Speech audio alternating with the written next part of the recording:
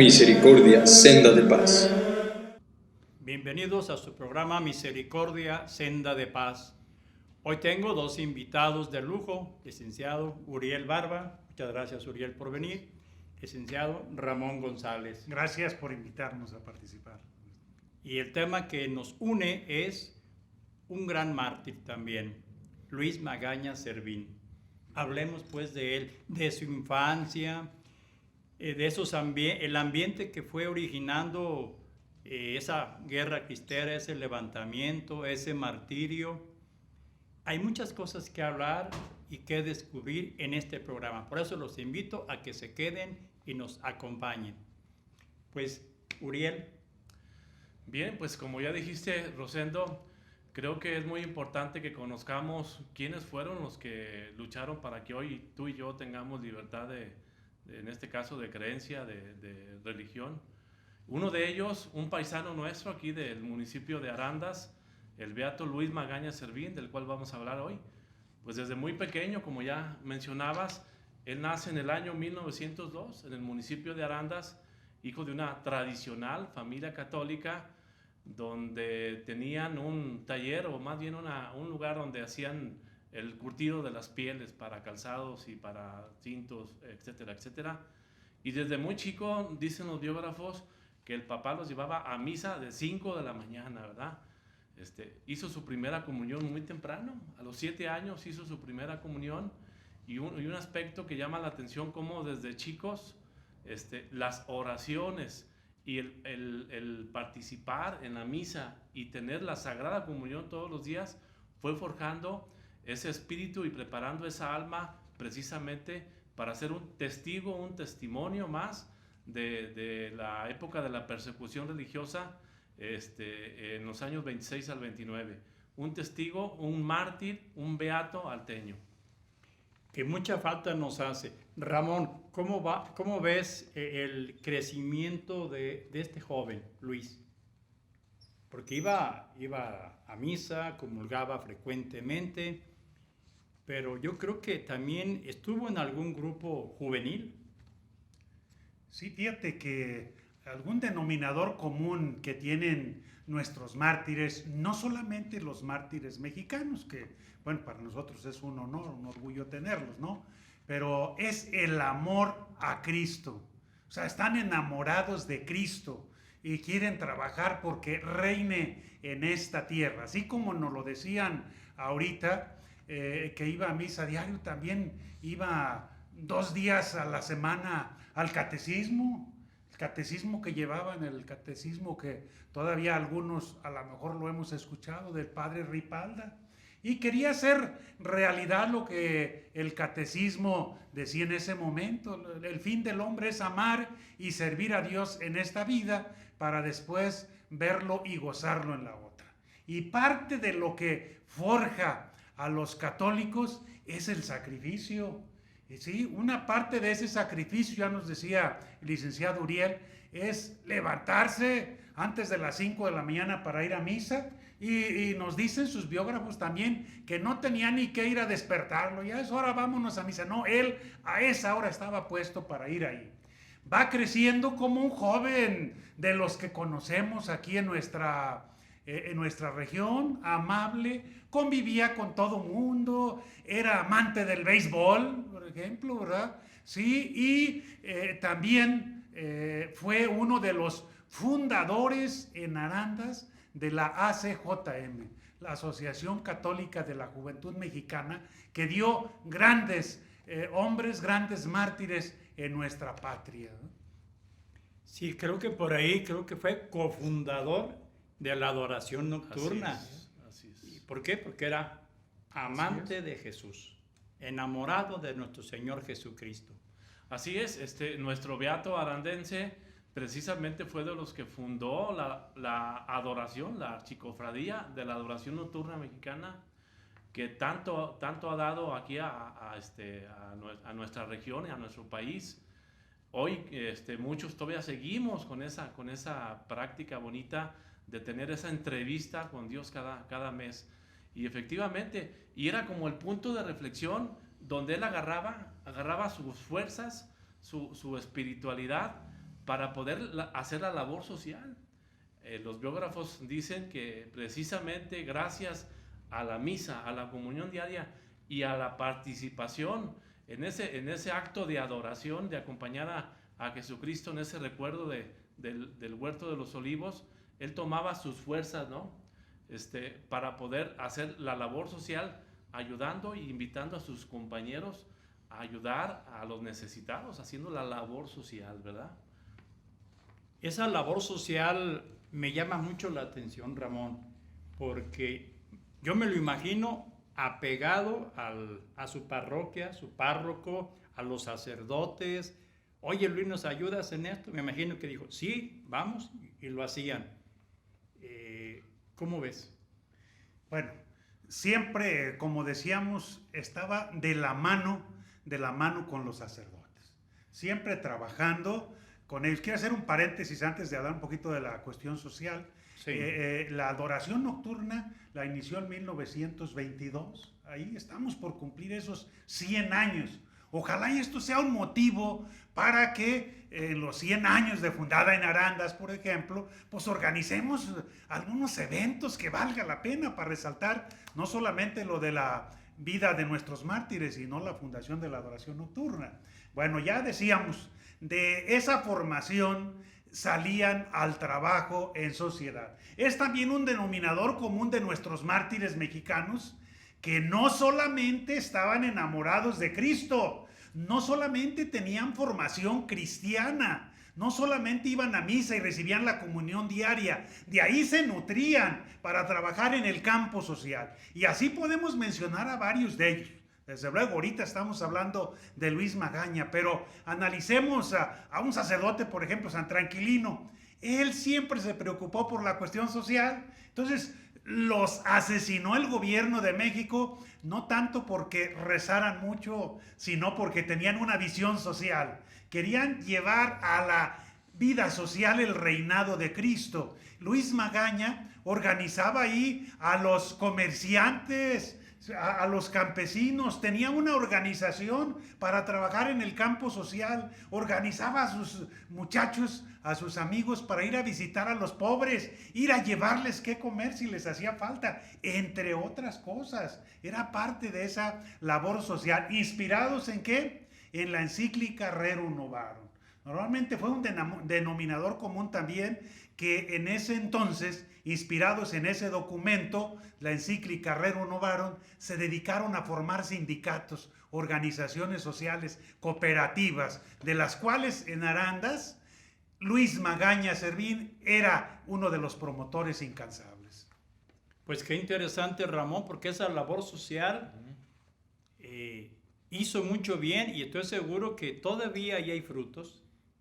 Sigue en cascada, en avalancha, esos frutos de ese documento del Papa.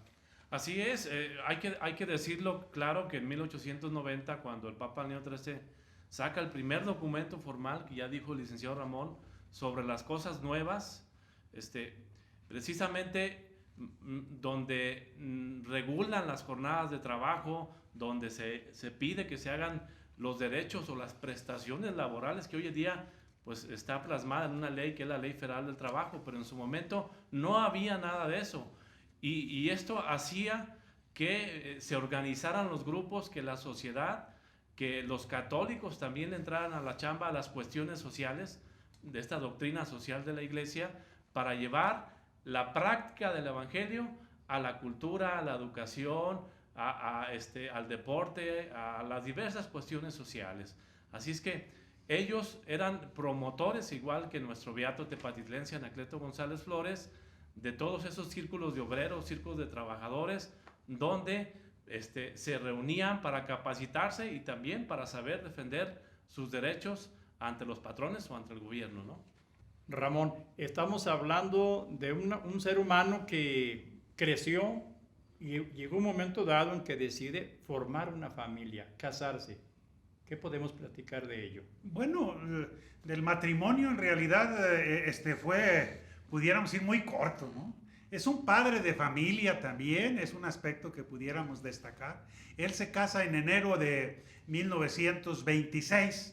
en vísperas del inicio del movimiento armado, pudiéramos decir, ¿verdad? Él tuvo 2 hijos, bueno, un hijo que nació precisamente en 1927, ya en plena revolución, y la hija nació 5 meses después de que él había muerto. O sea, él nada más conoció a su hijo, a su hija, ¿no? Porque murió él en 1928, ¿verdad?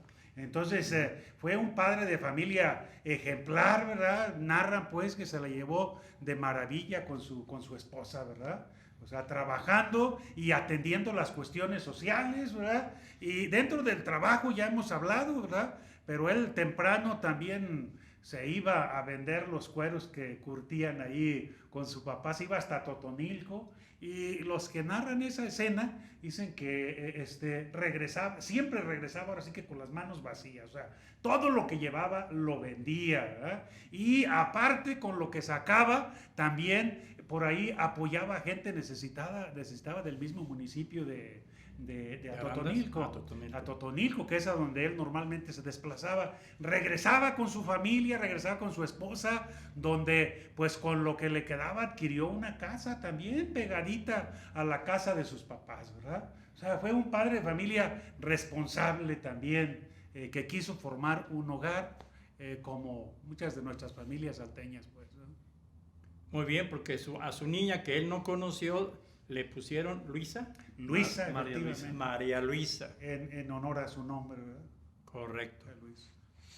Uriel. Sí, efectivamente, como dice el licenciado Ramón, se casa chico con su esposa de nombre Elvira Servín Méndez,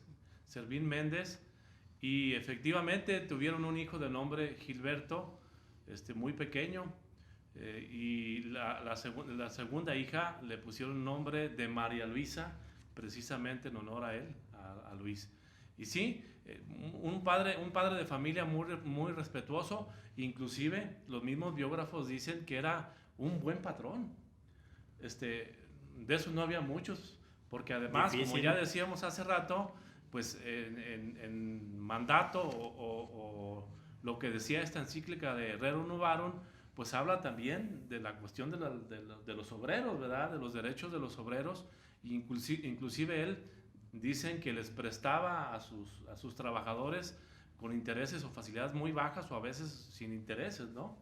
Cosa que ayudaba sobre todo a la gente que era más necesitada, y ayudaba en ese sentido para que sus trabajadores pues también se pusieran la camiseta, ¿no?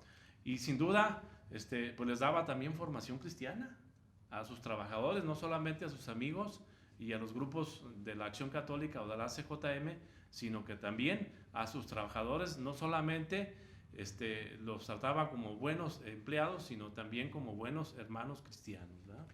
Qué hermoso detalle, porque casi nunca los patrones se preocupan por la cuestión religiosa, por la cuestión moral, y muchos de los patrones pues no andan viendo qué necesita este empleado mío que trae cierto problema, le sucedió algo.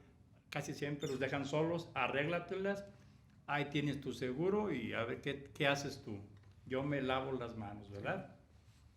¿Algo más, Ramón, que quieras anexar? Bueno, aquí en ese aspecto también pudiéramos resaltar cómo las organizaciones en las que él trabajó precisamente era lo que buscaban, mejorar la vida del trabajador, ¿verdad?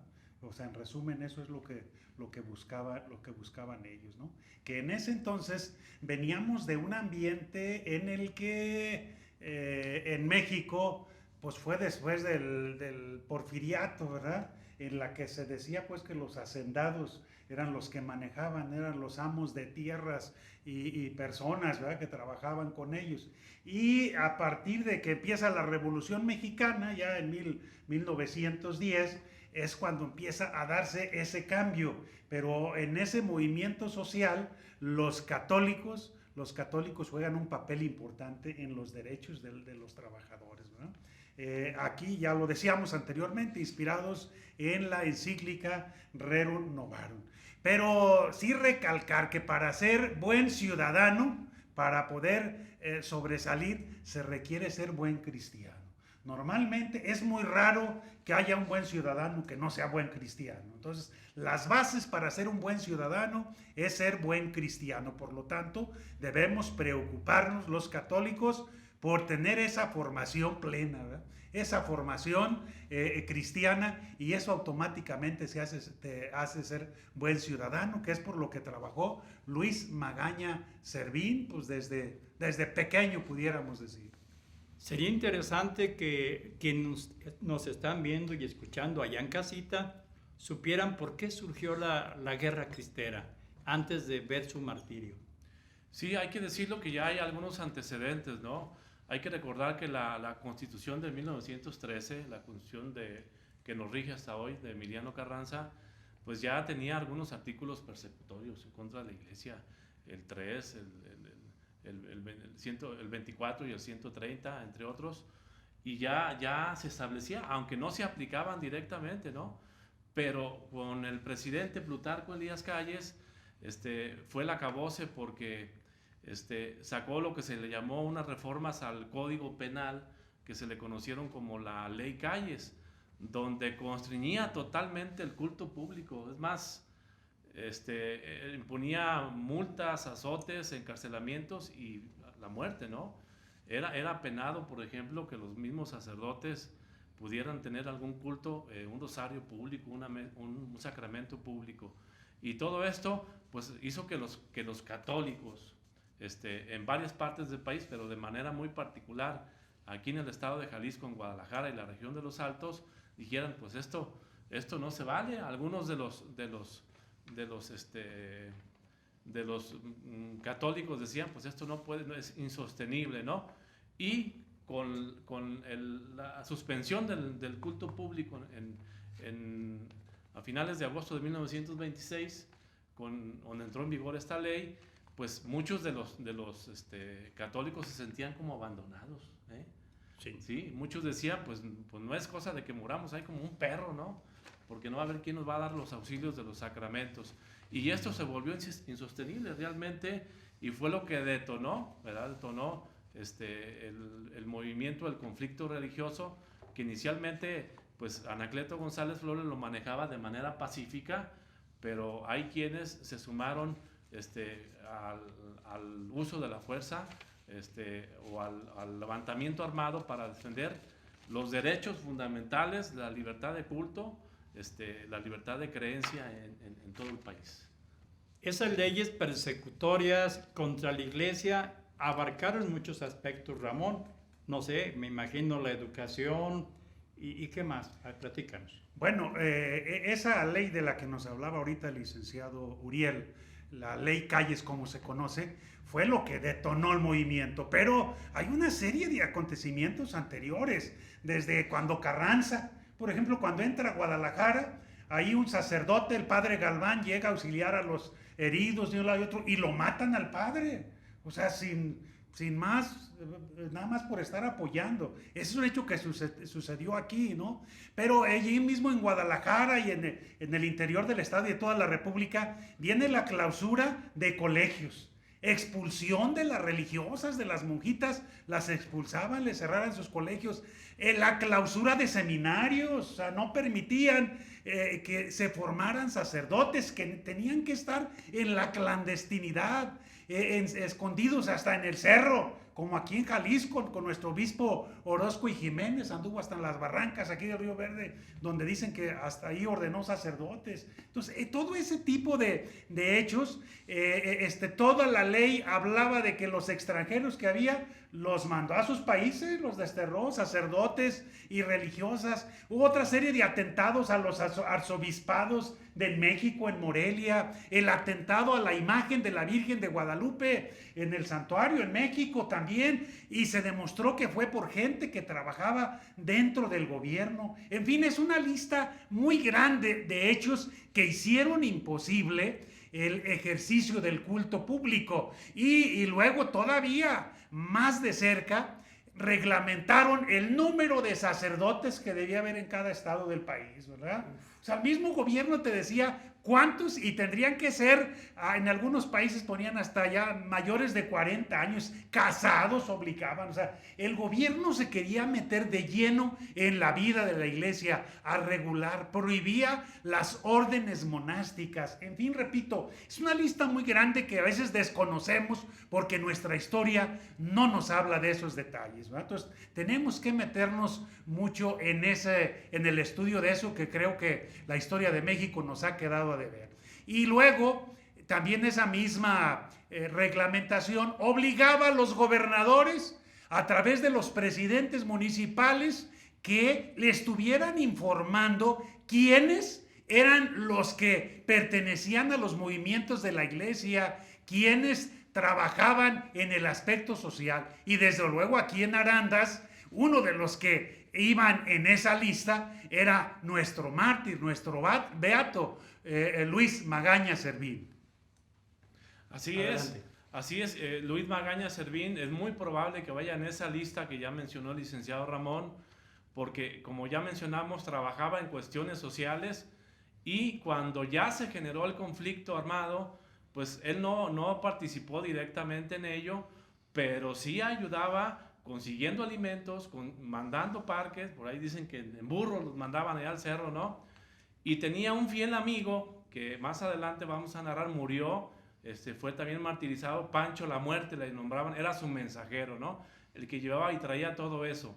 Y sí, en enero de 1928 entra el Ejército Federal a la ciudad de Arandas, se encuartela y empieza con ir agarrando nombre por nombre, y el 9 de febrero del año de 1928 van a la casa de los papás de Raimundo Magaña a buscar a Luis Magaña Servín, y no se encontraba. Fueron por la mañana y pues estaba su hermano de nombre Delfino, y se lo llevaron preso, y le dijeron a su papá: si hoy al mediodía no se presenta Luis, vamos a fusilar a su hermano, ¿no? Y efectivamente, entonces Luis pues andaba seguramente en sus quehaceres, y al mediodía, a la hora de comer, llega a la casa del papá, pues se encuentra allí el escenario. Imagínense todo el mundo llorando por esta situación, y él, con esa fuerza que le daba la vivencia de la misa y de la Eucaristía, dice, con aquella serenidad, dice: tranquilos, yo voy a ir a hablar con el general. Era el general Miguel Z. Martínez, el que estaba al cargo allí en Arandas, y voy a hablar con él, y a lo mucho que me puede pasar es que me manden a Guadalajara, ¿no? Pues él sabía que se presentaba, ¿sí? Se puso a comer, ¿verdad? Junto con su esposa, con sus padres, tranquilo, comió. Dicen que se puso su traje con el que se casó, un traje que no lo había usado desde la boda. Se vistió, podemos ver nosotros las fotos con su traje, bien elegante en persona. Claro. Y fíjense nada más, ojalá pudiéramos trasladarnos a la escena donde él se arrodilla y le pide la bendición a sus padres. Va y abraza a su mujer, ¿sí? Y la consuela, le da un abrazo y se despide de su familia, ¿sí? Dicen que iba caminando por la calle Juárez, que iba de su casa al centro de la ciudad, donde estaba el cuartel, y no recuerdo el nombre, pero una vecina por allí, lo vio, dijo: ¿a dónde vas? ¿Verdad? Tan Catrín, pues raro verlo de traje, ¿no? Y ya le platica la situación, y le dice: no te vayas porque te van a fusilar. Fíjense, una tentación que tuvo, claro, de lograr el martirio. Y él voltea al cielo y dice: pues si me van a fusilar, bendito sea Dios, para gloria de Dios, dentro de una hora voy a estar en los brazos de Dios, ¿verdad? Y va, efectivamente, se presenta al cuartel y le dice: yo soy Luis Magaña Servín, al que ustedes buscan, ¿verdad?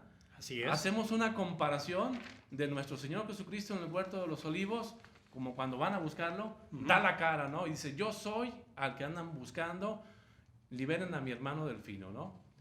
Y así como que de inicio el general no la creía, dijo, pues este muchacho de 25 años, trajeado, con sombrero, pues dijo, no la creía. Entonces dijo, sí, muy valiente, dice, suelten al hermano y me lo fusilan inmediatamente, ¿no? Y efectivamente ordena a un teniente, un pelotón de 8 soldados, van a la puerta de la parroquia, entonces la única parroquia que es la parroquia de Nuestra Señora de Guadalupe, y en la entrada, en el pórtico al lado izquierdo, allí forman el pelotón, ¿sí? El pelotón de fusilamiento, y él pide decir algunas palabras. Así es, muy interesantes. Antes de morir, y dice lo siguiente: yo no he sido nunca ni cristero ni rebelde, pero si de cristiano me acusan, sí lo soy. Y le dice, soldados que me van a fusilar, quiero decirles que desde este momento quedan perdonados y les prometo que al llegar a la presencia de Dios serán los primeros por los que yo pida. ¡Viva Cristo Rey! ¡Viva Santa María de Guadalupe! Y el pelotón descargó armas, cayeron fusilados él y su mensajero Pancho la Muerte, ese día, el 9 de febrero de 1928. ¿Sí? Dicen que la mamá, pues un silencio, oye el estruendo, y al oír el estruendo del fusilamiento cayó desmayada la mamá ante la impresión de esto, ¿no? Al siguiente día, pues recogen los restos y los llevan al panteón. Pero, pues veamos la calidad de nuestros mártires, de nuestros testigos, que mueren perdonando e intercediendo por sus verdugos. ¿Algo más, Ramón? ¿Querías concluir? Bueno, pues yo creo que son pocas las palabras después de narrar esa escena de muerte de nuestros mártires. Repito, la iglesia siempre ha sido perseguida desde cuando Jesucristo, y siempre ha habido quien la defienda, siempre ha habido quien derrame su sangre para que la iglesia siga viva. Así es que sigamos orando para que Dios nos siga iluminando y nos dé fuerza para dar testimonio en el ambiente donde nos encontremos. Pues muchísimas gracias, qué bonito programa. Esperamos que lo valoren y lo compartan. Hasta la próxima. Muchas gracias. Gracias a ustedes. Dios los bendiga.